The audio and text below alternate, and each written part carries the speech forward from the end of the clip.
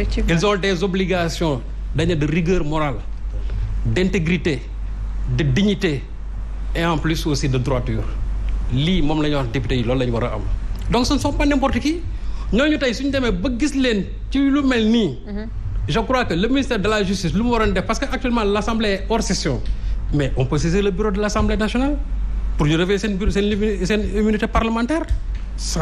En l'absence même des autres députés, ça peut bel et bien se faire. Oui, mais il y a eu cette déclaration du ministre de la Justice quand même qui a soutenu que tout ce qui lépp lu ñu war a def tey jii ci affaire boobu dinañ ko def sans tarder. Non, sans tarder jusqu'à aujourd'hui.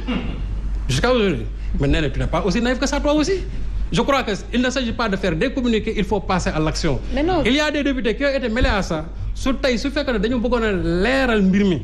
La mu waroon def déjà il saisit le bureau de l'Assemblée ñoom ñu statuer bu ñu war a lever seen immunité parlementaire après ñu jëm la justice et d'ailleurs même aujourd'hui le procureur de la République il peut bel et bien les entendre mën leen arrêter mais mën leen déglu il peut les convoquer ba pare déglu leen rien n'a été fait maintenant problème mu ñoom Simon et autres moi il ne m'appartient pas de les juger mais lu ci constant mooy d'abord manifestement l'article 431 du code pénal a été violé à 2 reprises parce que lu ñu wax mooy divulgation c'est-à-dire non seulement nga filmer nit à son insu ba pare nga divulguer ko c'est entre 1 jusqu'à 10 ans 1 jusqu'à 10 millions d'amende ça a été fait loolu pourquoi le procureur de la République ne s'est pas autosaisi sur le fait qu'une seule personne passe tout son temps à filmer des gens ba pare ñu koy dugal ci net bi ça aussi ça n'a pas été fait le mouvement Y en a marre si vous vous rappelez en 2018 le problème commencé wul tey l'aide Africa bi leen doon financé on n'a pas retiré son autorisation Osiwa, on ne l'a pas menacé.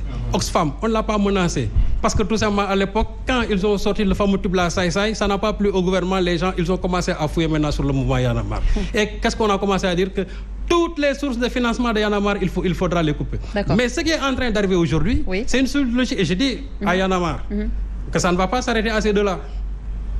Ça ne va pas s'arrêter à ces deux.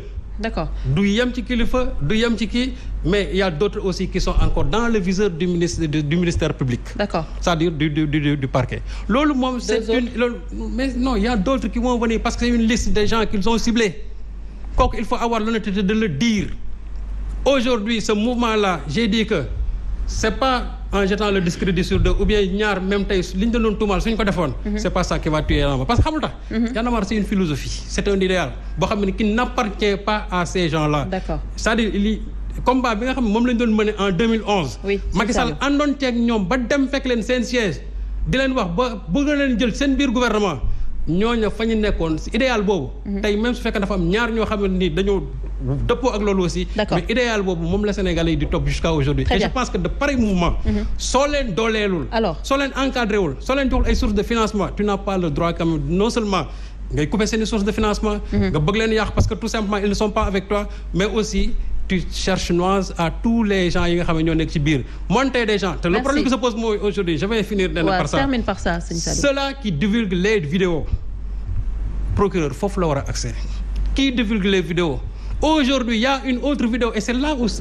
nous sommes en danger la vidéo concernant Bogazeli qui fait le tour de la toile et là c'est en présence j'ai dit de policiers c'est en présence de policiers dans une voiture où il y avait que des policiers qui est l'intrus dans cette voiture-là pour aujourd'hui je crois que bu fekkee ne autosaisir la ñu war a def il faut qu'on s'autosaisisse sur ces gens-là qui sont en train de faire circuler ces vidéos parce que la République est en danger. C'est important. gis nga suñu ko moytuwul gis nga demain le couteau là va se planter c'est-à-dire effet boomerang lay am ci par rapport à ces vidéos c'est important parce que quand même mënuñu jël filmer nit à son insu di ko tasaare noonu ci réseaux sociaux yi je pense que dinañ ci ñëwaat def ci tour de table mais il faut que ñuy gaaw bañ a interrompre parce que suñu interrompre rek duñu dégloonte ñi seetaan duñ ci jàng dara te on perd du temps donc il faut que ñuy gaaw damay jox Omar Faye ak professeur laata may ñëwaat ci yéen nos chers invités alors Omar Faye yow bëggoon nga ci joxe sa analyse par rapport à tout ce qui a été dit déjà.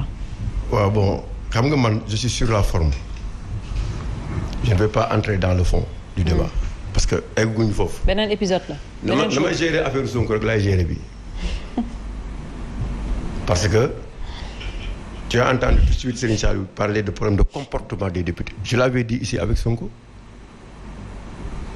que député dafa am comportement bu mu war a am bu ko régir si li nga xamante ni mooy règlement intérieur assemblée nationale. C'est important. am na loo xamante ni député waru ko def war na ko jomm waruñu ko si tudd waruñu ko si wax même fu muy déplacé wu fu muy dem fu muy dugg ak fu muy wax sax war na ko xoolaat parce que ñun ñoo ko may pouvoir boobu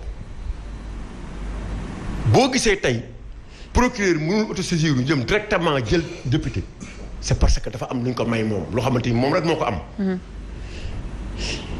te loolu amul léegi Serigne Saliou nee na le procureur mën na s'autosaisir convoquer député yi on l'a fait avec Sonko il n'est pas parti sur ce dossier de Adji Sarr. biñ ko convoqué dana du ma dem parce que dama am immunité parlementaire donc nit lu muy wax. non comprendre naa bu baax li mu wax comprendre naa bu baax j'ai compris damay wax li nga xamante ni moom damay dellu si wax ji rek dama ne ba mu amee ca Sonko bañ ko convoqué dana demul tey aussi bu député autosaisir bu procureur autosaisir bu oowee député yi bu la neexee dana demuñu lu ci nit mën kenn mënu ci dara Assemblée nationale ñu ngi ternir l'image de marque de ce pays et ce dossier c'est un dossier des passeports diplomatiques foofu la coow lu nekk passeport diplomatique bi nga xamante ni tey l'image du Sénégal ñu ngi koy ternir à cause de ça c'est ça le fond du dossier Assemblée nationale liggéey bi mu war a def tey ñuy toog Assemblée nationale di wax affaire blanchiment d'argent Assemblée nationale ñuy wax affaire lan affaire saaga xuloo affaire viol Massamba ak ma dem yooyu dafa ñaaw ci Assemblée nationale bi loolu moo am parce que dañ ko wax présomption d'innocence nag mooy li ñuy wax am na kenn du taxaw tuumaal nit te mbiru complot yàgg naa ko wax tant que dossier de justice demuñu ba jusqu'au bout doo xam luy complot ak lu complot man duma avance ci complot parce que ku ci ne lañ la tuumaal amul benn yoon loo xamante nii ne ba nga koy def dafa am kenn ko xamante nii ne moo jóg def loolu yaa ko defal sa bopp dañuy wax rek te yàlla tax ku nekk yaa dem defal ko sa bopp ba problème judd si problème boobu nag ku ne autosaisir wax li ñuy wax bul fàtte ne kilifa mi nga xamante nii ne tey lii moo ma ko dal te kenn yéenewu ko parce que lii am ni ci kilifa il a fallu ma gis vidéo man pour sama xel ñaaw du ma wax jëf parce que egguñu foofu mais sama xel sax ñaaw parce que man bu du woon lii vidéo nit bu ma waxoon taxawoon ne ma lii ci kilifa dinaa taxaw parce que suma booy suma rakk la xam naa ko doo ci table bi ne kilifa lii ñuy wax ni amul mais damay toog ba xam exactement de quoi il s'agit de même que Simon de même que Simon député yi ñuy wax nii x bi ñëwaat na wala dafa am x opposition ak x pouvoir ban x moo ñëwaat nee nañ am na contre x x boobu nañu wax ban x la ça fait l'objet d'un débat fii ci dëkk bi ñuy wax x bi ma waxoon x fii wax bañ ne ma xamoo dara tu es un nulard lii du wax mais tey tëj nañu kilifa tëj Simon x nekk fi et pourtant démb pourquoi démb bi ñuy wax x. quel est le lien ak le rapprochement lan nga bëgg a démontrer par là non xam nga le lien c'est clair. lan nga bëgg a démontrer c'est-à-dire nee na dossier bi gis nga député yi nguur gi ñoo la gën a xam ne. mënuñu leen tudd xam leen te procureur waxagul seen tur parce que ay député lañu. Le ministère va saisir l'Assemblée nationale pour la levée de l'immunité parlementaire de ces députés et permettre maintenant la continuité de l'action judiciaire. Parce que ni ñu traité ce x là lii du am loolu moo am loolu la mbir mi nekk léegi man mënuma nangu tey kilifa taxaw ne je suspends toutes mes activités au niveau de Y'en a marre. Il a été responsable bi problème bi amee c'est ce qu'il a dit. Oui. Je suspends toutes mes activités. Y'en a marre def un communiqué ne en attendant que justice di def liggéeyam wala au moins justice autosaisir kilifa suspendre na ay activités te ñun di ngi continuer def suñu liggéey loolu ça a été responsable mais politisation bu amee ñu xam ne ñii li ñuy ut mooy faagaagal mais quand même nag nous sommes des Sénégalais duñu dof que li Bougazelli bénéficié par exemple aujourd'hui ak li mu am yëpp kilifa du ko am wala Simon du ko am ci dossiers yi mel nii parce que kii blanchiment xam nañ ñu ko tumal nit ko xamante ne day jël xaalis di ko weexal ñëpp jàpp ko moom ay vidéo yu ñu wane comme ni ñu wanee démb kilifa nga xam ne c'est un danger dañuy wax c'est un danger loolu affaire vidéo yi. donc da nga bëgg a wax suñu demee ba dugg foofu mën na susciter le doute ci sénégalais yi di xalaat cette justice à deux vitesses. waaw mais Bougazelli c'est un complot le cas de Bougazelli sur la vidéo bi complot la est-ce que complot la nguur gi comploté. bu doon beneen boobu non attends ma ne est-ce que nguur gi moo comploté. non ma xam dafa ne complot ne gendarme ba pare turu gendarme attention bi pas politique c'est-à-dire aujourd'hui selon Bougazelli c'est l'ordre qui crée les ordres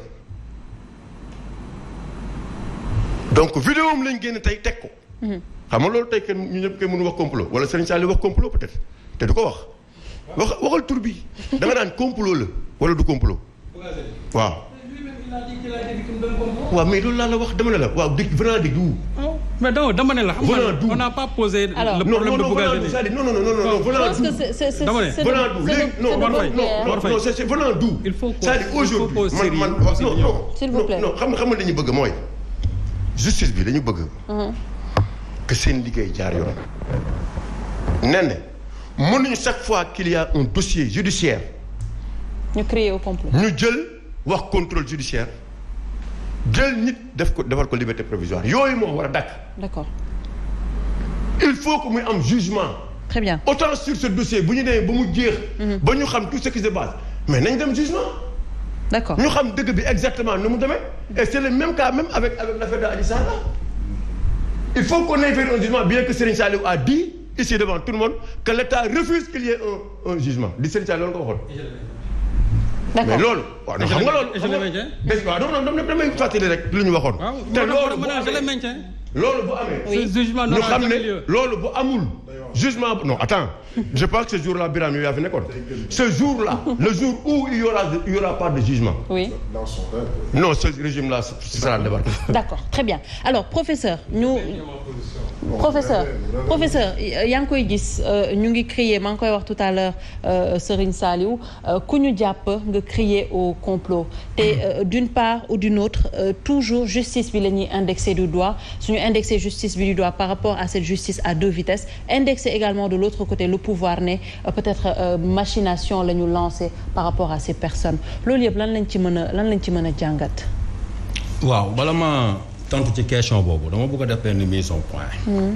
par rapport à monsieur Bey parce que bi muy wax léegi bi ñu waxee ba pare dafa wax ne ñun dañuy attaquer encore que il y a trop de subjectivisme moi je crois que c'est pas comme ça parce que on attaque qui Omar Faye li mu wax ne am na facture bu doon jar 2000 dem 20000 man gisuma ko mais bu fekkee c'est un fait le fait ne saurait relever de l'ordre du subjectif man li ma la wax taalal sa oto ñu dem Géejawaay dugg Parcelles nga gis ay travaux yoo xam ne c'est le bordel à côté dañuy fatt rue principale yi fatt rue yi bàyyi matériel de construction yi ci mbedd mi xeer yi les populations sont laissées à elles-mêmes loolu bu doon wax ne subjectivité la dañ koy gis te dafa am ñu ñuy seetaan aussi di ñu juger beneen bi mooy may wax tamit ne tant que on peut éviter ces débats personnels rek c'est bien pour ñëpp parce que fi ay kilifa rek ñoo fi toog.